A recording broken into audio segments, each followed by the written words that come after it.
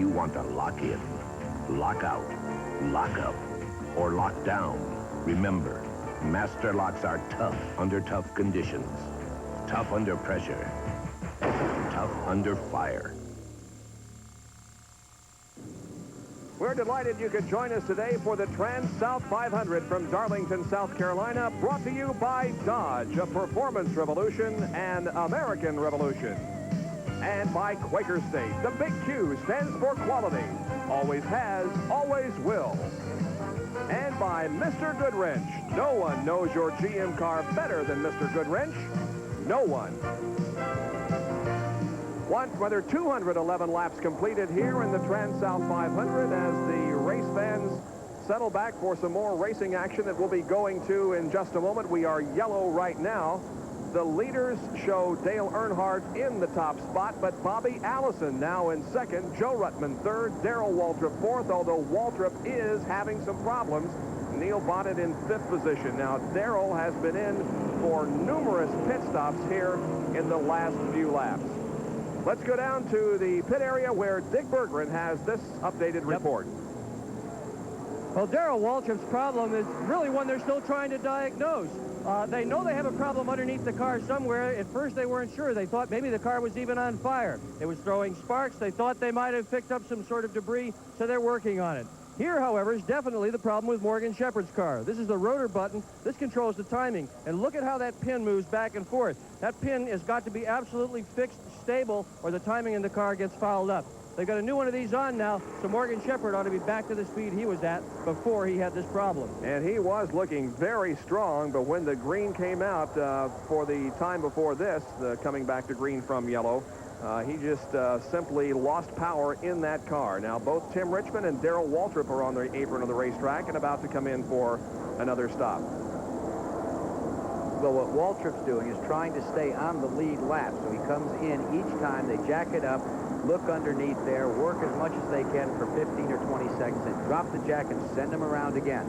The entire Jeff Hammond-led team is set to swarm all over the Chevrolet driven by Darrell Waltrip. Waltrip will just remain inside the car, hold the wheel, and it is in the rear end area. We noticed that they had the rear end grease out and available, which led us to speculate that possibly maybe the rear end itself was beginning to come unglued, as they say, but so far they have done very little other than look.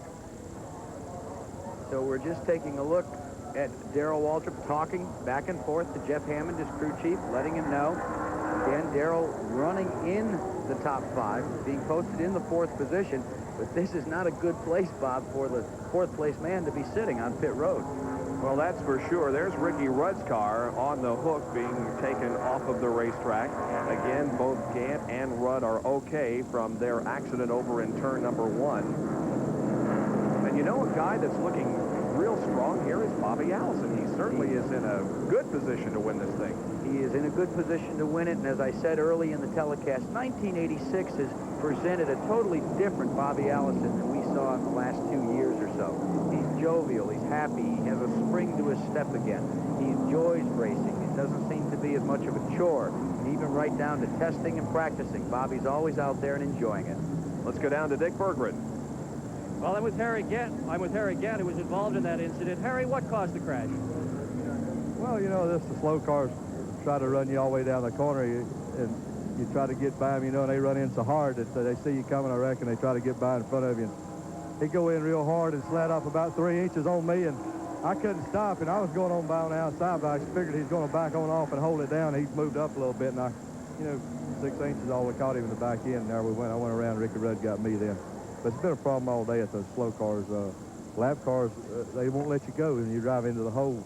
Instead of cracking it and let you dive in, they want to run you inside by side or run you up on the outside or run you over the four-turn wall. You know, they just don't seem to care today. It's a rough day for them. Now, today the drivers' meeting was a little bit different. Everybody got to see the same film that the rookies usually see, including all you veterans. And when it was over, everybody applauded. Didn't anybody learn anything? Everybody done the opposite from what that film.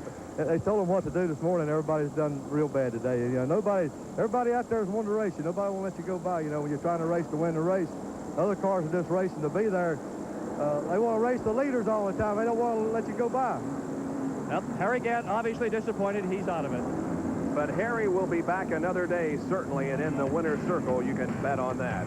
We'll be back with more from the Trans-South 500 after these messages.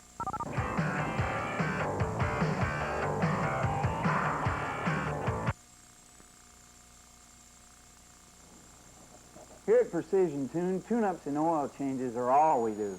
We don't have a bunch of extras to sell you that you don't really need, and we know that makes you happy. We just know how to make your car hum a Precision Tune. You get a 6-month or 6,000-mile warranty that's good at any Precision Tune in the country. We want to be your personal automotive technicians. Right, guys? Right. Precision Tune. It's a bargain you can drive. 510 South Main, Hendersonville. Looking at the family album reminds me that emergencies can happen to any one of us. Mom, Dad, folks like me living alone, kids. Fortunately, I have the emergency alert system. All I have to do is push one button and help is on the way in less than a minute. Or if I'm outside, all I do is push the button on my personal alert. It can mean the difference between life and death. If I'm sleeping or not at home, the smoke detector alerts the fire department. Get this free brochure on the emergency alert system. Call toll-free 1-800-334. We just went green once again. The cars are on the backstretch, and Neil Bonnet has gotten ahead of Earnhardt, and so has Cale Yarborough and Bill Elliott. But now here comes Yarborough side by side with Dale Earnhardt. These three cars trying to get their lap back. Right now, Bonnet and Elliott have gotten their lap back, and Cale is trying to. And these laps that those guys are running are just as important as the ones of the checkered flag right now, because if they have any hope of being in contention at the end of the event, they've got to stay out in front of Dale Earnhardt. Earnhardt knows it, looks to the inside of Cale Yarborough, then backs up behind the Ford and says, let's see what you do in turn 3.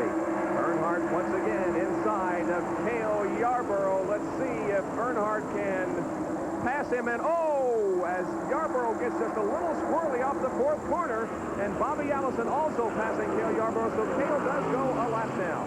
Well, let's get down to the pit area where Dick Bergman is with the other driver involved in that incident just a few moments ago, Ricky Rudd. Well, Ricky, the car looks pretty well beat up, but you seem okay. Yeah, I'm not too bad of shape. Just pull some neck muscles. Like I say, I'm a lot better shape than that race car right now. You were running well today, though. Well, we run second and third. Earnhardt was a little bit too tough for us in early goings. We made some adjustments on the car to try to catch up to him, and the adjustments that we made to the car slowed us down. So we ended up going back the way we started, and we started running good. Got up to third, was back up to third again right on Harry's back bumper when he got tied up with that lap car going into first.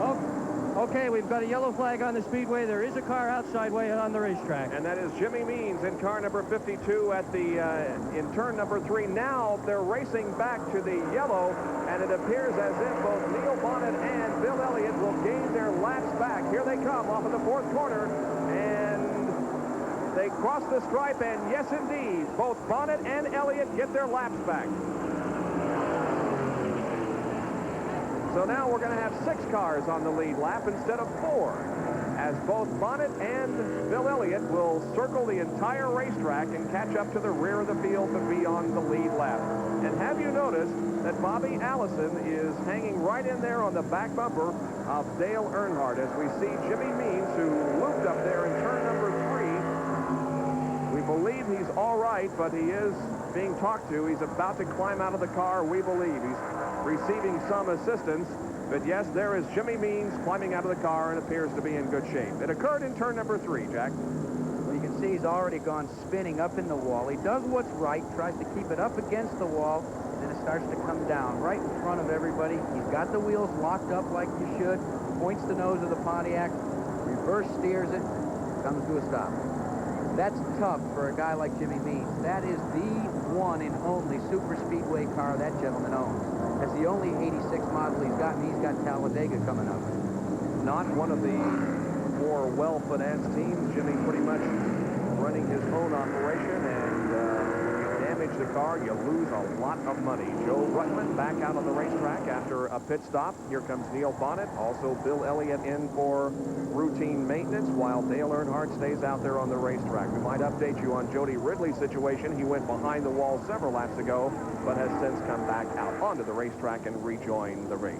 For those guys that were in danger of going a lap down, it was a game of short straws, and it looked as if Cale Yarborough pulled the short one, because this gentleman, Bill Elliott, got his lap back, as did Neil Bonnet.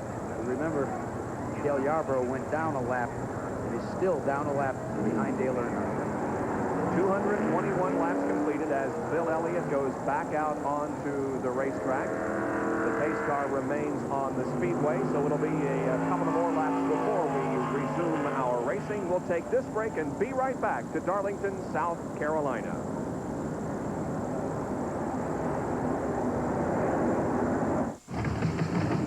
The 1985 NHRA Pro Stock champion. Tires, Goodyear Racing Eagles. The 1986 street version. Tires, Goodyear Eagles. The 86 SCCA GT1 champion. Tires, Goodyear Racing Eagles. The 86 street version. Tires, Goodyear Eagles. The 85 IROC champion. Tires, Goodyear Racing Eagles. You either have Goodyear Eagles or you need them.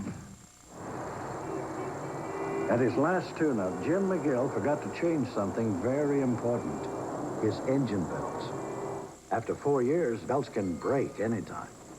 So don't take chances. Next tune-up, get Gates belts.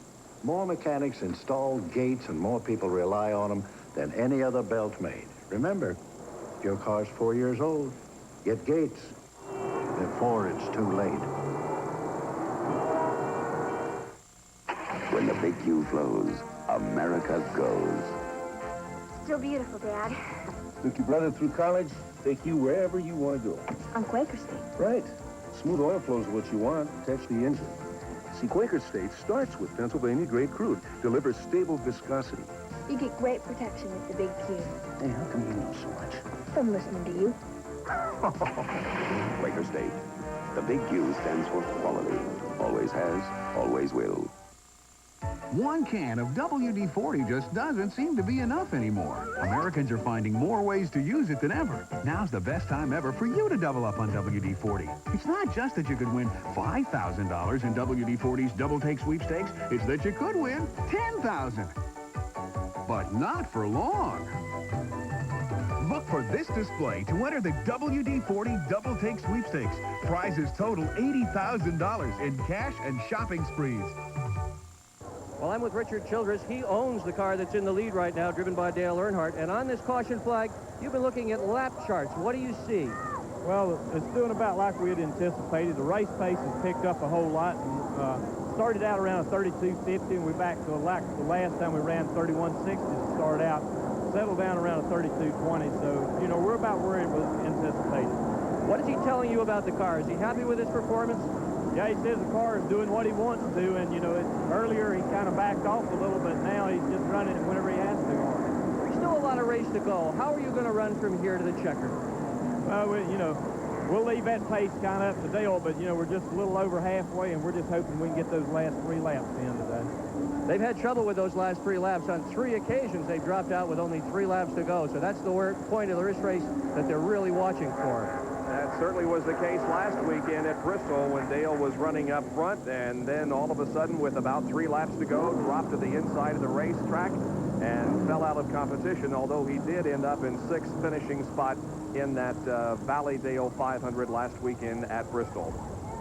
Pace car is still on the racetrack. He has led 202 of 224 laps in this race, so you can see how very well that car has been running for Dale Earnhardt this afternoon. We remain under yellow. We'll get this break in, and then we'll be right back.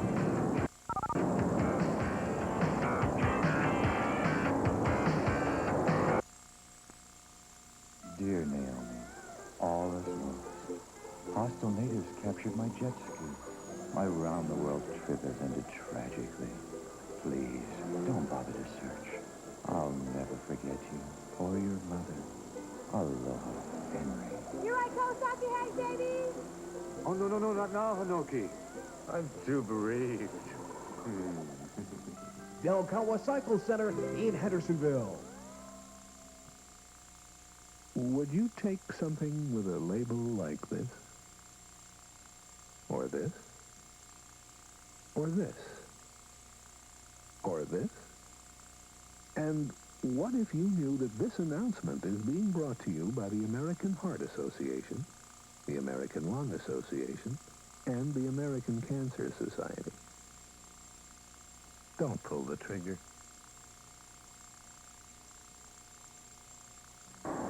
In case you did not watch the Formula One race this morning that we presented from Spain here on ESPN, Ayrton Senna edged out Nigel Mansell for the win. Mansell put on a strong charge toward the end and wound up 1/100th of a second behind Ayrton Senna. Finishing third was Alain Prost, fourth Keke Rosberg, fifth Theo Bobby, sixth Gerhard Berger, seventh Thierry Boussin, and eighth was Patrick Tambay. The first 8 finishers in today's Spanish Grand Prix that we presented for you here on ESPN. And we have a problem as a car spins and hits the wall. It's Morgan Shepherd, and Ruttman goes with him to the inside of the track. Lap traffic. What did I say? Exactly the problem. Morgan Shepherd, a lapped car, spinning to avoid that lapped car. It's the guy that was running in the 4th position. And once again, bad luck bites Joe Ruttman. Unbelievable. I don't think he's going to lose a lap here, but he probably has damaged that car to the point that it's not going to be competitive as it has been all afternoon. Morgan Shepherd's car, meanwhile, remains parked against the outside wall at the entrance to the backstretch. Here's a replay. Take a look at it. You see Shepherd's up into the wall all by himself. He begins to spin, and taking avertive action is Joe Ruttman. Ruttman gets on the binders, goes downstairs, rides the elevator down, spins it around. Richmond just shoots the eye of the needle and gets through, but there he hits the inside retaining wall. Now let's watch Ruttman. Let's study him specifically. Ruttman, and there's Richmond. They've already seen the accident. Ruttman is turning hard left. He's got the car in a spin. And look at Richmond. What a great job by Richmond. Turned left. Now go right, Timmy. Comes right through it. He's unscathed. Ruttman is dented and dinged. Ruttman has not made the pit stop yet, is staying out there. Dale Earnhardt is in for a pit stop.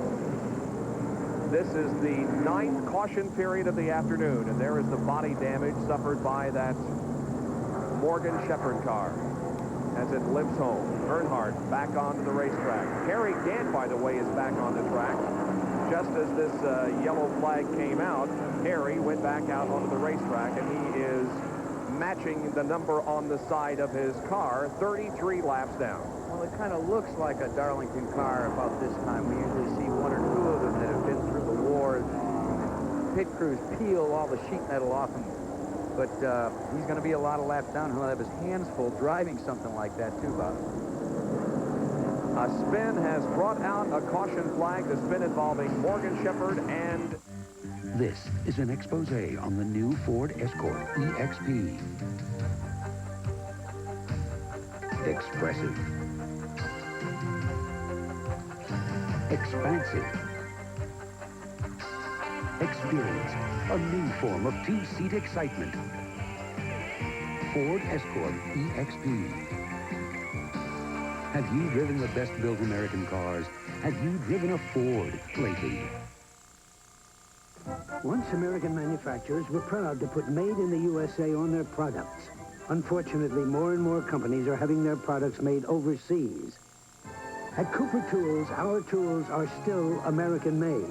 To celebrate, we invite you to enter our Keep the Flame Burning sweepstakes. Prizes include expense-paid trips to the rededication of the Statue of Liberty. Look for this display at participating retailers.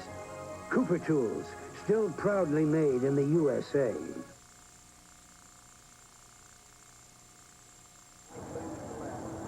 Our coverage of the Stanley Cup playoffs continue tonight as the Philadelphia Flyers take on the New York Rangers. That'll be live at 7:30 here on ESPN. Boy, do we have a tremendous lineup of hockey games for you right through the finals of the Stanley Cup here on ESPN tonight. Philadelphia and New York at 7:30.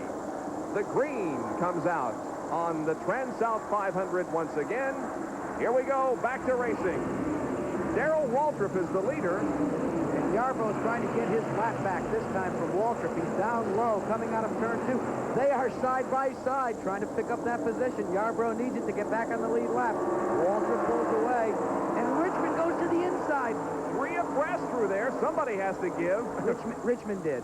And look at Earnhardt. He was just waiting there, kind of like a vulture. Waiting for something to happen. Now Dale dives inside of Tim Richmond as they come off of the corner. It is Waltrip still leading. Yarborough there in second position, but is a lap down. And look at Bill Elliott, who is right in the hunt now all of a sudden, right behind Dale Earnhardt. Look at the strength that Bill is showing here, along with Bobby Allison. Remember, Bill gained his lap back, so he is on the lead lap. So they've worked all afternoon, and they seem to have gotten the car dialed in much nicer than the way it started. Earnhardt goes to the inside of Tim Richmond. A good run there for the Richard Childress prepared Chevrolet. It moves him into second. Yarborough's going to try it one more time. No, nothing doing in turn one. Hale still trying to capture that lost lap. He looks inside. Waltrip is sideways. Is he going to spin? Oh, he saves it. Unbelievable. Well, look who got his lap back. Cale Yarborough is back on the tail end of the lead lap. Now he has to hope for a caution. If he does, he moves back into the lead lap with the leaders. Boy, that is as close you can come to spinning, especially here at Darlington, and gathering it in and saving it. Unbelievable job of driving by Darrell Waltrip off corner number 2. Pretty good piece of driving by Cale Yarborough as well, as that's all unfolding, and maintain the composure to go for what you need. But now Yarborough's going to have to contend. Let's watch. Yarborough makes the move downstairs. He may have sensed that Waltrip was out of control because he gave an awful lot of room and just slid by him. Boy, the tail end of that car, the right side came very close to touching the wall, and if he had, he would have undoubtedly gone out of control. Now, this looks like a caged wrestling match we're going to have here between Yarborough and Dale Earnhardt. This will be WrestleMania 4 before this thing's done, because Earnhardt wants to keep Yarborough a lap down. He remembers in the Southern 500 a year ago when Yarborough started so far back, battled after being a lap down, battled back to challenge for the victory.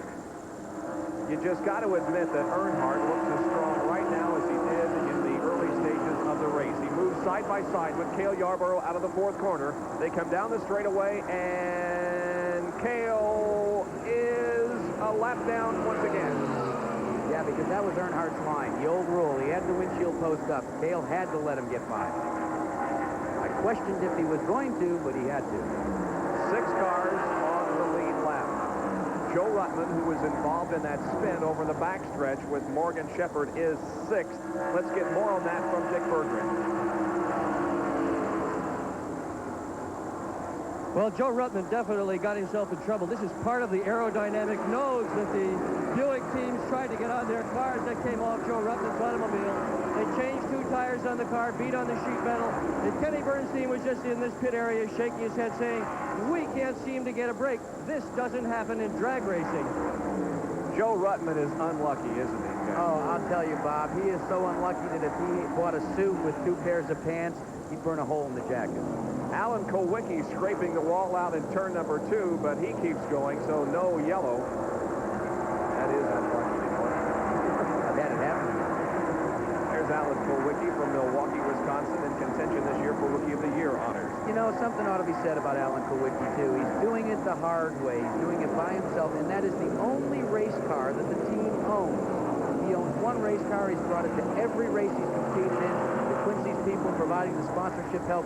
But Alan Kulwicki doing all the mechanical work as well as trying to learn all these Winston Cup tracks.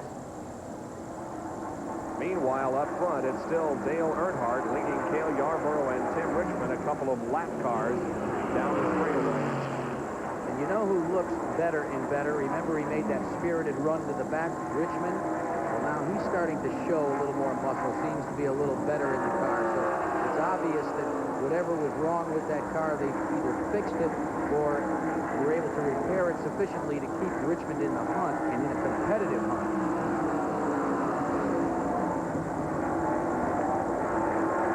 Next week on the short track at North Wilkesboro, North Carolina, 400 lap race. That always provides a lot of excitement. There's Dale Earnhardt now going to the high side of Bobby Waywack in car number 74.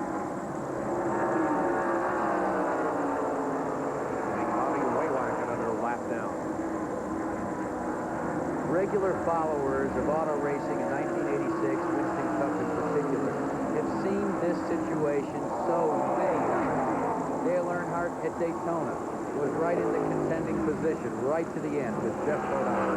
Then they went to Richmond, Virginia. They had the contention right there. And it went right right on down the line. He's always been there, but he's yet to be victorious. Neil Bonnet and Bobby Allison running together on the racetrack. They are contending third position here. Bobby Allison in third in car number 22, and Neil Bonnet in fourth in car number 12. It's been a nice performance by Neil Bonnet this afternoon, coming back from that very serious appearing accident last weekend at Bristol. I think we've got Dick Berger and can tell us a little bit more on the problems that have befallen Darrell Waltrip's car. Dick? Well, I'm with Jeff Hammond. He's crew chief for Darrell Waltrip, Jack. Jeff, have you got things squared away? Is the problem underneath that car solved now? Well, I believe we got it solved as far as, you know, we're going to finish the race. I think it's going to be a problem right now. We really worked on it the last few caution flags, and the guys did a real simple job, got everything cleaned up underneath, and I'm pretty well satisfied we're set to go the rest of the way. How well can you run the rest of the race? Can you run strong enough to win? Well, it's kind of hard to say right now. Dale's been awful impressive. Every time we pick up, he seems like he picks up. But we got a few little things left here at the end of the race. We got a couple good sets of tires left. You know, we're getting ready to go racing here in about the next 75, 80 laps. So we'd like to, you know, kind of bear down then. I believe we may have a little bit left for it. What was the problem with the car? There does seem to be a lot of oil on the back deck. We had a rear end problem. The gasket was leaking right there around the third member. But we got underneath there and cleaned it off and resealed it on the outside with, you know, some epoxy type stuff. And we believe we got it solved. Put some more grease in the rear end. Got to see how we go the rest of the race. Well, rear end gasket on Darrell Waltrip has been fixed. He's ready to run. All right, and Darrell is trying desperately to keep the position from Bobby Allison. We don't have a good battle for the lead at this point, but look at this. Second, third, fourth, and right behind Neil Bonnet is fifth place Bill Elliott, and these guys are going at it tooth and nail out there. It looks like Bobby Allison is caught in a Junior Johnson sandwich. Neil Bonnet, one of the Johnson team, number 12, goes to the inside, backs off, follows his fellow Hueytown Alabamian in through turns 1 and 2. Looks to the inside again around Bobby. These guys love to dice it up on the short tracks, but they go right by Bobby Allison, and now it's 11, 12, and 22. And a good point to bring out here, when we talked to Bobby Allison yesterday and the day before about, and here comes Bobby Allison in, we talked about him running alongside his son Davey on the racetrack, and he admitted that, yeah, that's a problem, but it's almost as bad running with Neil Bonnet because he considers Neil such a good friend, almost a brother. Bobby comes in now, and they will go to work changing the rubber on the right side of the race car. Well, now, he was burning a lot of rubber in the corners. You can see him smoke the tires, especially in turns 1 and 2. The crew is changing those right side Goodyears. They drop the jack. Let's see if they're going to do all 4. All right, they're changing all 4. Now, that could be an indication that they have got a problem, a vibration somewhere, and they're not sure what it is, so they're going to have to change all 4 tires. And that's costly when you have to do it under green, but it's what you have to do when you think you've got a flat and you don't know where it is.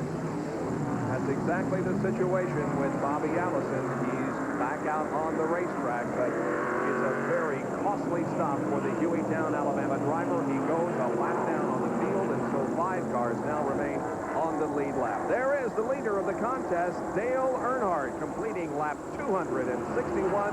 367 will make up the Trans-South 500.